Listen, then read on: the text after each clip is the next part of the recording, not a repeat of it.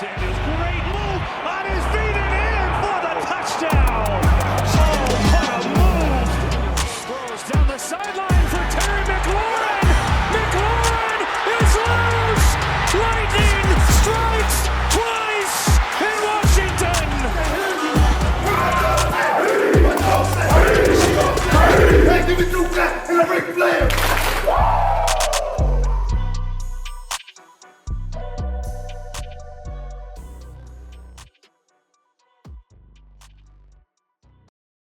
Welcome back. Today marks the start of training camp, and all but one veteran have reported. Guess who it is? Terry McLaurin is now a holdout. Today we'll discuss the Terry situation, and we'll get into our defensive breakdown, all coming up next. This is Commander's Call. I'm Sam. That's Ben. Stay tuned.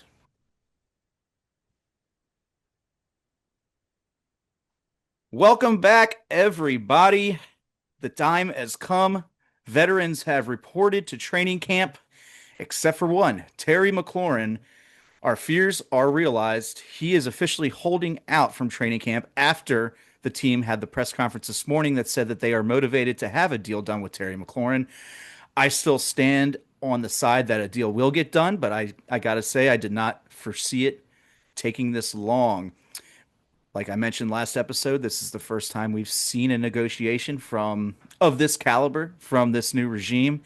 So I'm kind of taking it as it comes, but would have liked to see our star receiver locked up by now. Ben, how are we feeling about this looming situation?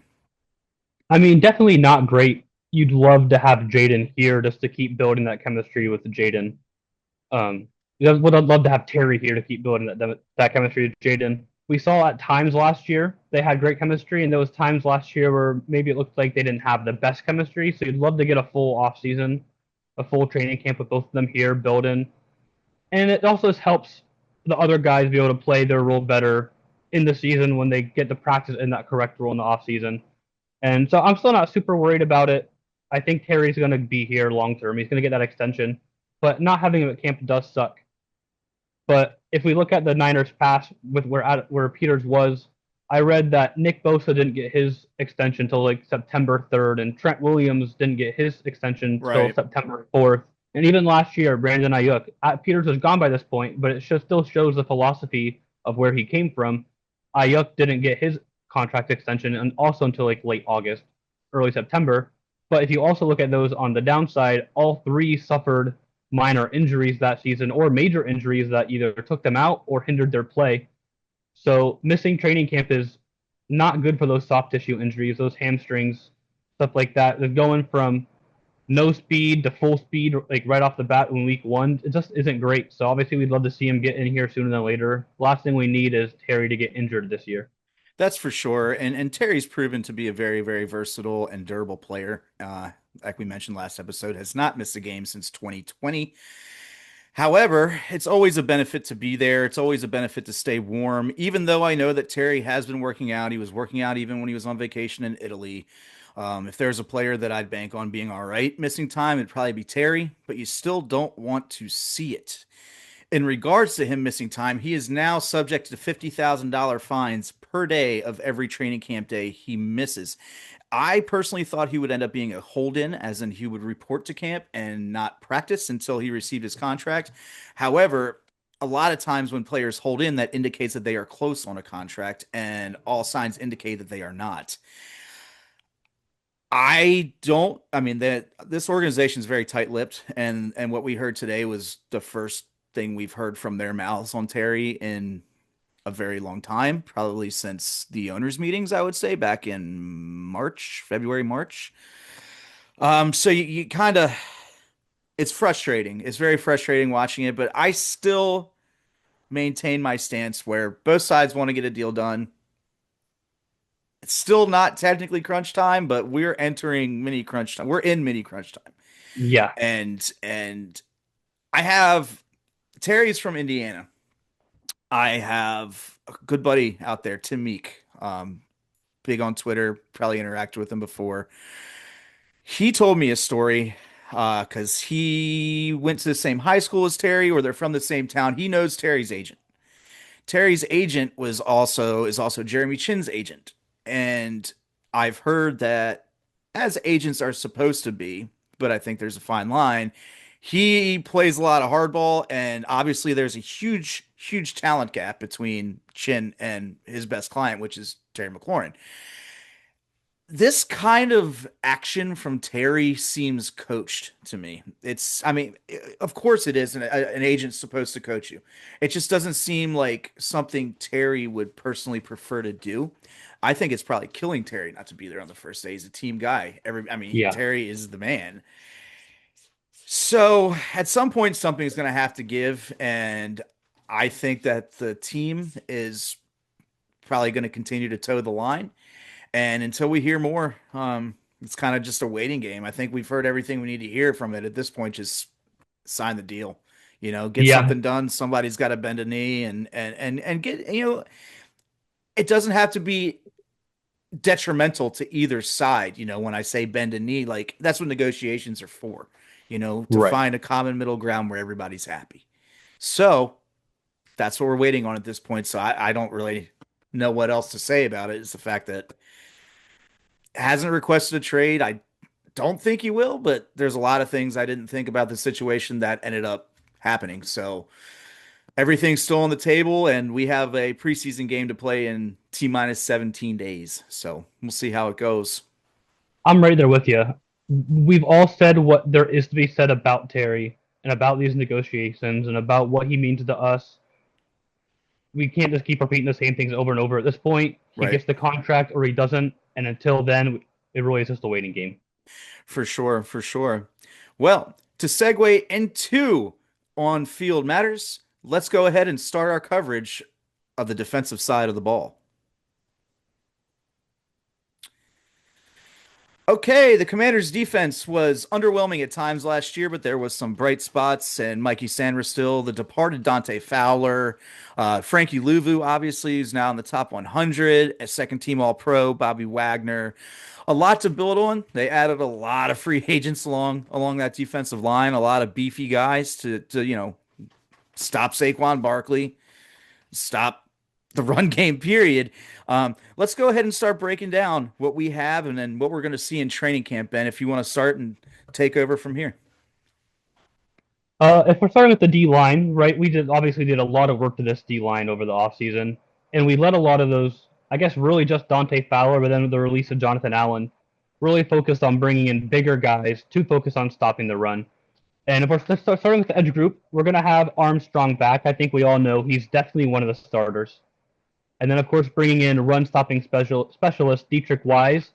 I'd assume he's going to be the other starter. I don't know if you agree with that, but I think we're all probably on the same page here that we brought him in to serve his purpose, and that purpose is first and second downs.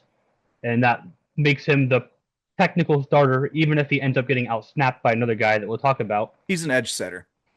Yeah. Obviously, just signed Von Miller. Big contract. I don't think he's just a camp body. I know we've talked about that a little bit on whether he'll actually make the team, but I think $6 million guaranteed. I think it was something like that with $6 million or 11. Up to 10 I or don't 11. I don't see that being a camp tryout kind of contract. I think he's here for the season. No, I agree with you, and to hear Adam Peters' comments on it. He said that they've been thinking they've had money set aside to get this done. So they've been talking about this for months. This is in the plan. Adam Peters was with him in Denver when they won a Super Bowl. He played about 30% of the snaps last year. Oh, I'm sorry. Dante Fowler was on the field for about 50% of our snaps last year, which is not ideal because we all know how he was against the run. Thank you for the 10.5 sacks, Fowler. I'm not throwing any hate towards you at all, but the blatant fact is they had to get better against the run.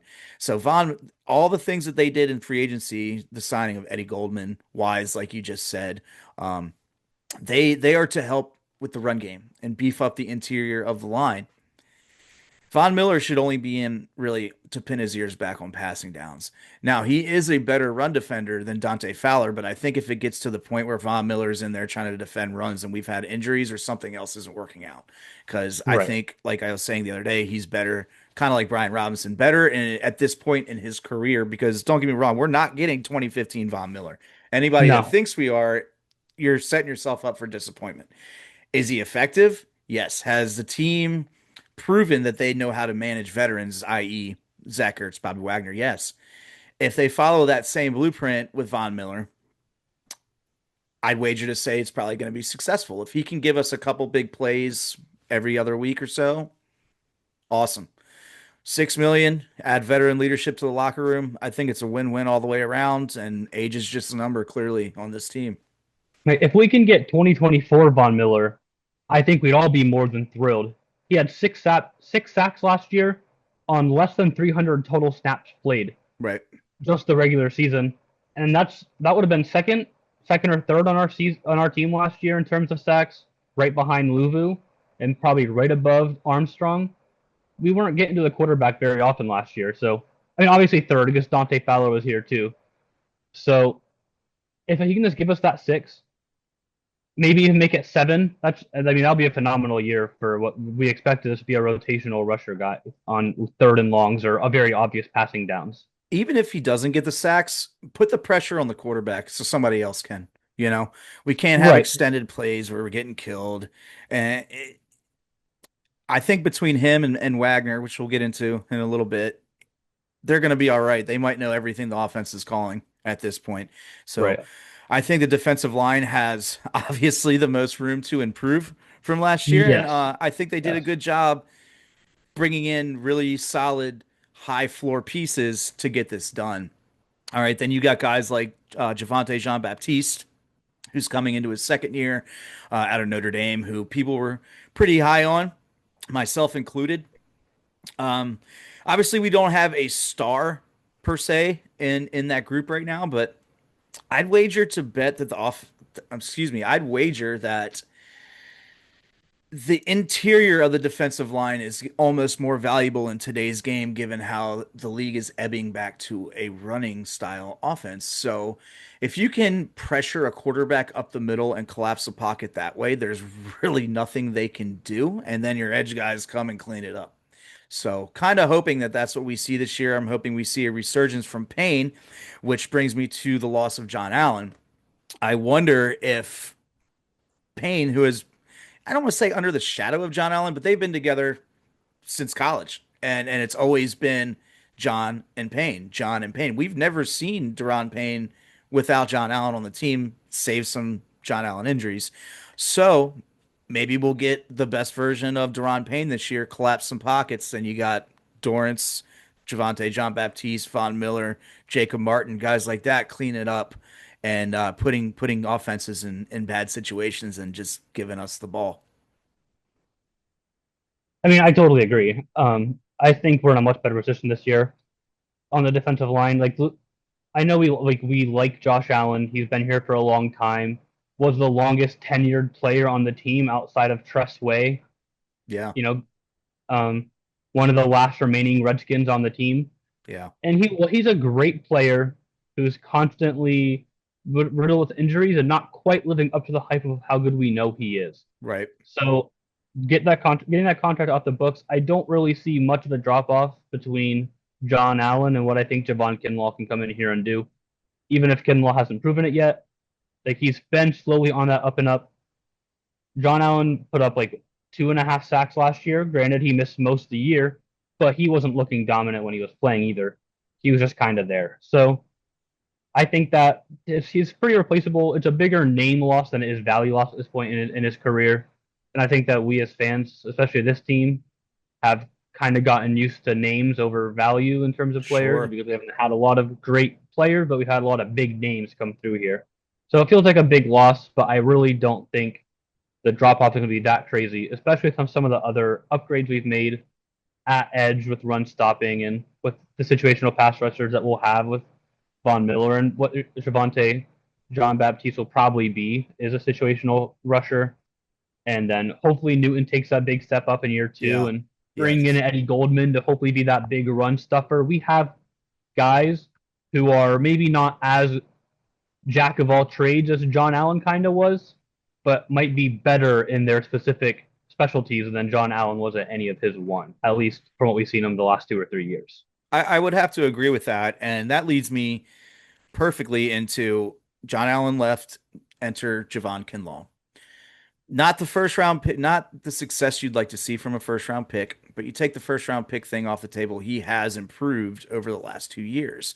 Actually, was pretty solid last year in New York, but he was a Jet. Things kind of get lost in the fray up there in New York, as they have for many years in Washington. And people throw out only 4 sacks, but from a defensive tackle, you're not looking for sacks a lot of the times, unless you're Aaron Donald, and no one's Aaron Donald. Not even necessarily looking at numbers a lot of times with defensive tackles. It's how do you eat up blocks in the interior of the line. And Javon Kinlaw is a massive man and is going to eat up some blocks. So Right. it'll be really interesting to see how they deploy him. And they have to think very highly of him. I mean, Peters was there when he was drafted in San Francisco. They gave up DeForest Buckner to draft him. They obviously hold him in very high regards. It'll just be interesting to see if they can tap into the perceived potential that he has.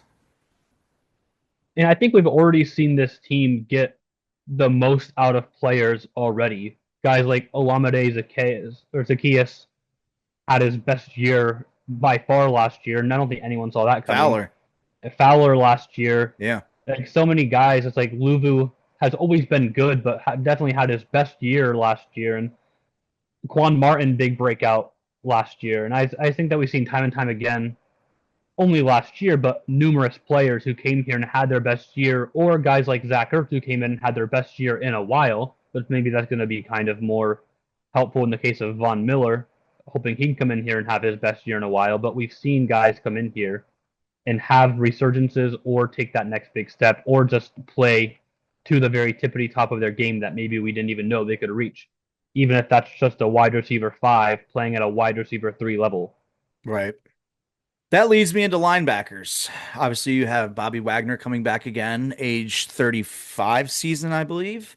You have the Polynesian Prince himself, Frankie Luvu, and Jordan McGee, who was very highly touted last year, fifth round pick out of Temple, injured pretty much the whole season, only active a couple games, but not enough to get his feet wet. But there's a lot of hype on him, and it'll be really interesting to see how he performs in training camp.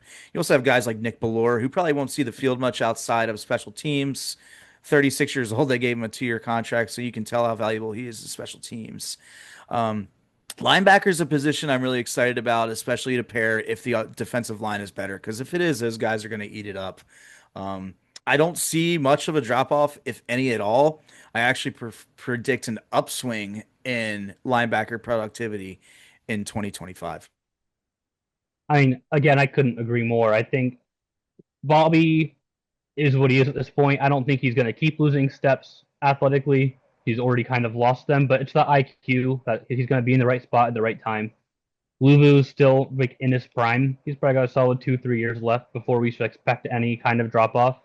And I really think that, as crazy as it might sound to say, a fifth round, second year player is going to be the key to unlocking this defense. I really do think that Jordan McGee is going to be the key to unlocking this defense, because if you can get Bobby off the field and put McGee in to have that extra athleticism, be able to blitz Frankie even more often and trust that McGee's fast enough at the linebacker position to be able to cover a couple routes and not even just put himself in the right spot, but just be able to be so athletic that he can get to multiple right spots. So I think we could see even more bringing Luvu off the edge, even Right. more blitzing him, like even more just like maybe a like 5D line fronts where McGee's the only true linebacker, and you have something like Miller and Luvu off the edge with Dorrance slid inside like they did a lot with him last year, Yep. and then Payne playing that true rushing D tackle spot, and then Kinlaw sliding over to play that other like over the guard spot rushing. So I don't think it's going to be any crazy like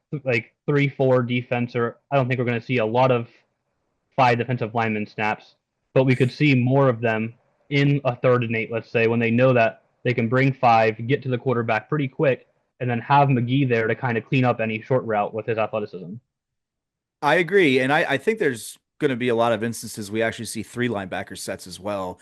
Luvu Yeah. coming off the edge, because Bobby Wagner is still very effective as a blitzer as well, especially up the middle. Um, so you can keep Jordan McGee back, rush Luvu off the side, and have a delayed blitz from Wagner up the middle. But they have pieces in place now. Can they capitalize on it? Because I mean, look how far we made it last year with the suspect defense. If they can uptick the defense 5 to 10 slots in the rankings this year, and keep the offense somewhat the same, if not better, teams are going to have a hard damn time with the Commanders. A hard time. This defense just needs to be average. Right. And going back to Bobby Wagner, I think my favorite play from last year that I don't really ever see people talk about or see in like the Bobby Wagner highlight clips was that second Eagles game. Kenny Pickett threw like that 30-yard wheel route to Saquon. And it was a little behind him, and he caught it in his chest, and Bobby came up right behind, so he punched it right out of his chest as he was falling to the Huge. ground to break the pass up. And you figure that's a completion that completely swings that game. And did Bobby get burned on that route because he's 36, 35 years old and Saquon? Yeah. But he had the awareness to obviously not give up on the play, keep in it, and then seeing him catch that ball and just getting his hands in there to punch it out before he could actually complete the pass. Well, this year, if I see Bobby Wagner on Saquon Barkley, we're going to have an issue because anybody other than Kenny Pickett's probably making that pass. Honestly, Right. you know, not to take anything away from what you said about Bobby, because I agree with you. Like, he's still got to be in that spot. He still has to at least somewhat keep up with Saquon Barkley. So that's impressive in itself. But next year, hopefully, that's Jordan McGee. Honestly, Yeah. And I think that should have been Jordan McGee last year, but injuries Right. kind of derailed things, and or they even weren't ready for Hampton to play. I haven't even brought him up yet. I can't believe it slipped my mind. Kane Medrano. Kane Medrano, rookie, 6th-round pick this year, is a converted wide receiver, has a lot of talent, was coached by Ken Norton at UCLA, and Ken Norton is now our linebackers coach, so there's continuity there for his development.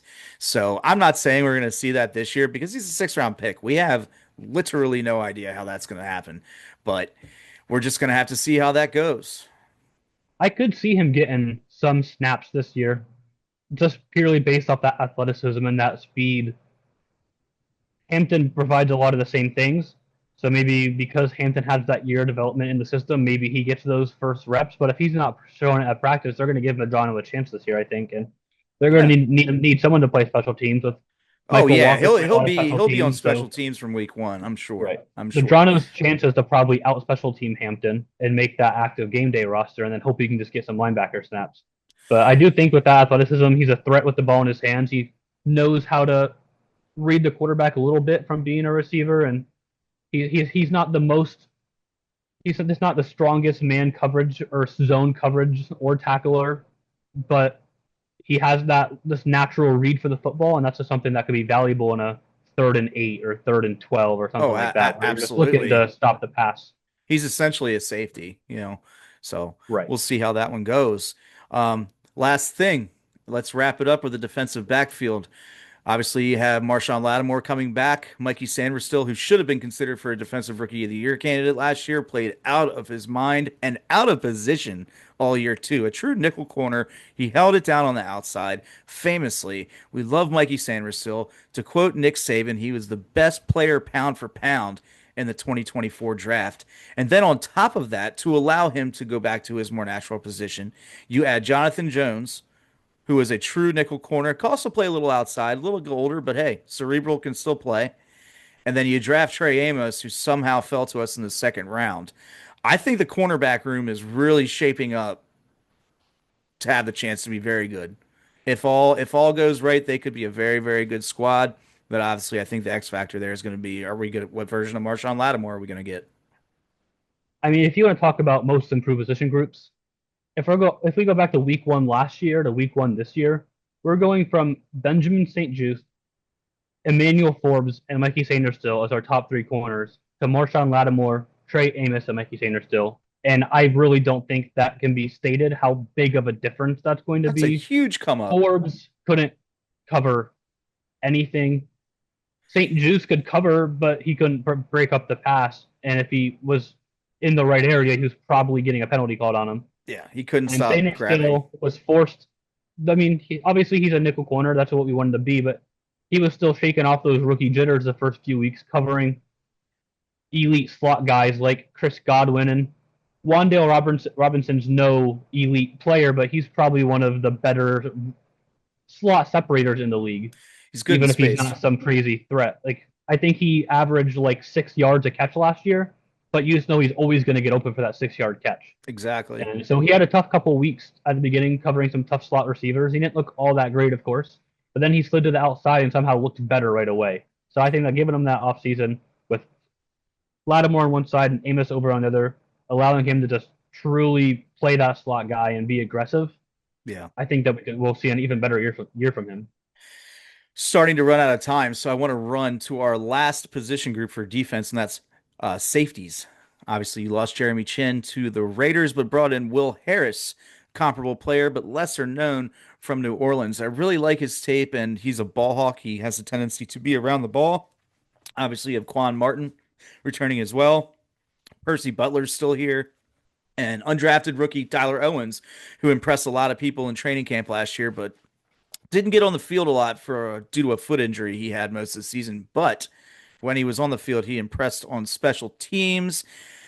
And speaking of special teams, we also still have incumbent and team captain Jeremy Reeves. So safety is one of those positions where you and I, Ben, were talking about this earlier this week off the record, where kind of hard to gauge. Like personally think we're pretty good at safety, whereas you, for instance, think we should maybe bring in a veteran like, say, Justin Simmons.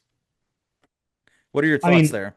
I just think if we look at it from the perspective of last year, Martin and Chin were pretty good. Martin, I thought, had a really, really good year, especially after finding out he was playing on bad ankles pretty much. Right. And Chin was solid, a little up and down. I think when you go back and look at some of the stuff, there was a lot of tight end seam routes right up the middle for touchdowns, and a lot of that seems to fall out on Chin. He had some rough moments tackling, but overall he had a pretty good year. Yeah. But then we played a lot of three safeties, and Percy Butler played a ton. And Percy Butler was not great when he had to come in and play that third safety role last year. Well, so also, I think that Will Harris would have been that perfect third safety replacement for Percy Butler, and then you can bring in a guy like Justin Simmons who can play that strong safety and be an upgrade to Chin, and then Harris also be an upgrade to Butler. And then you have three safeties you're really confident about playing, and you don't have to worry about, oh, well, we want to play three safeties, so we have to bring in Percy Butler. Well, if you're not all that how often excited to have him in the game. How often were the three safety sets played because of lack of pass coverage talent at linebacker, though? So now that we have pass coverage talent at linebacker, are we going to see a lot of three safety sets? I'm not sure. That's just something we're going to have to watch out for in camp. And I don't disagree with you. This is just kind of a position where I kind of like running back, where you have to sit and watch how it plays out before I can make an educated determination on where I think they'll go with the direction at that position. I think one of these young linebackers could help with that, even not necessarily just because they're better at covering, but maybe instead of bringing in three safeties, you put Medrano or Hampton back in that Jeremy Chin role, where you bring Chin in closer to the line of scrimmage and you keep Martin and Butler back deep. Hybrids. Maybe you drop Medrano or Hampton back there. And so they're technically listed at linebacker, but they'll kind of play that linebacker safety hybrid role, maybe shade to that Buffalo nickel from Ron Rivera. I don't want to hear it. But just playing that bigger safety, smaller linebacker, faster guy that can. I think McGee's a little too big for that. I think he's more of a true linebacker. But Hampton and Medrano are that perfect size to kind of play that hybrid safety linebacker role that we saw guys like Keanu Neal in Atlanta with Dan Quinn, and Marquise Bell in Dallas played that hybrid linebacker safety role. Landon where Collins. You probably could have listed Bell as a safety or a linebacker, and you still would have been wrong because he's constantly flip-flopping back and forth between the two. True so Buffalo nickel. Yeah, so I don't know if safety's as big of a need as you say, because I'm pretty confident with Martin and Harris back there. It's more so who's going to be that third safety in those packages. So the answer to that might be one of these young linebackers, but I think we're just going to have to see how camp goes. Very, very true. Unfortunately, we are running out of time today, folks, but that does conclude our coverage of the the defensive side of the 53-man roster. We will be back next week as training camp progresses to talk more ball with you here at Commander's Call. Please like, subscribe, and follow. We are available wherever you can find podcasts. I'm Sam, and that's Ben. Go Commanders.